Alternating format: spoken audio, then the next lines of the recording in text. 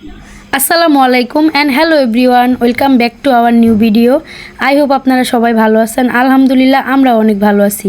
তো চলে আসলাম আপনাদের মাঝে নতুন আরেকটি ব্লগ নিয়ে। আমার অনেক দিন আগের একটা ইচ্ছা ছিল যে গুলশান আজাদ মসজিদে আমি 4 রাকাত নফল নামাজ পড়ব। তো কিছুতে সময় বের করে যেতে পারিনি। এবার মুস্কানের বাবাকে বলাতে সে বলল চলো একদিন যাই। তো আজকে দুপুরে খাওয়া দাওয়া শেষ করে রেডি হয়ে সবাই বাসা থেকে বেরিয়ে পড়লাম আজাদ মসজিদের উদ্দেশ্যে।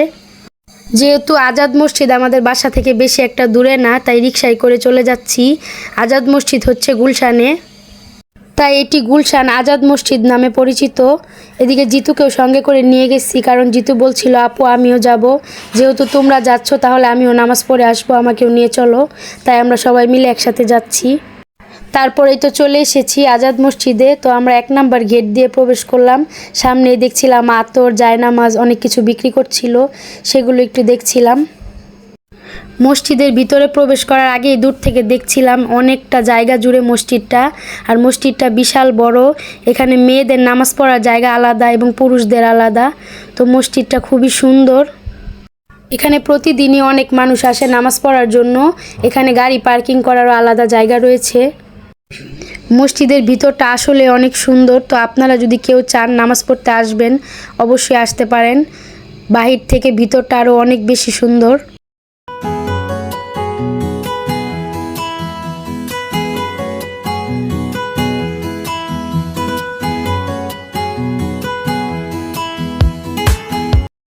তারপর মসজিদের ভিতরে এসে আমি 4 রাকাত নফল নামাজ আদায় করলাম।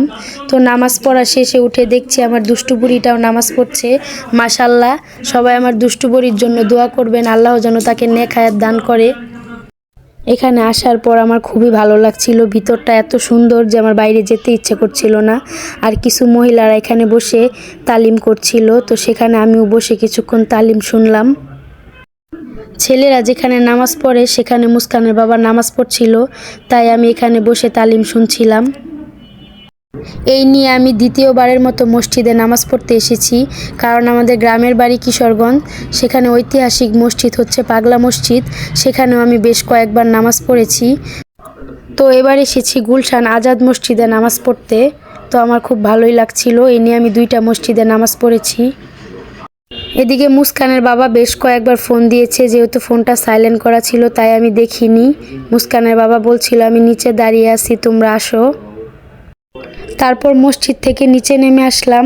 মুস্কানের বাবা বলছিল চলো বাইরে গিয়ে তোমাদের নিয়ে একটু ঘুরে তারপর বাসায় যাব।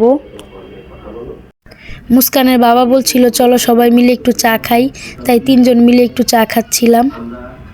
গুলশানে প্রচুর পরিমাণ স্ট্রিট ফুড পাওয়া যায়, তাই এদিকে আমরা একটু স্ট্রিট ফুড খাওয়ার জন্য এসেছি। জিতু বলছিল নুডলস আর চিকেন ফ্রাই খাবে, তার জন্য ওর ভাইয়া নুডলস আর চিকেন ফ্রাই নিয়েছে। খাওয়া শেষ করে কিছুক্ষণ ঘোরাঘুরির পর আমরা বাসার উদ্দেশ্যে রওনা হলাম।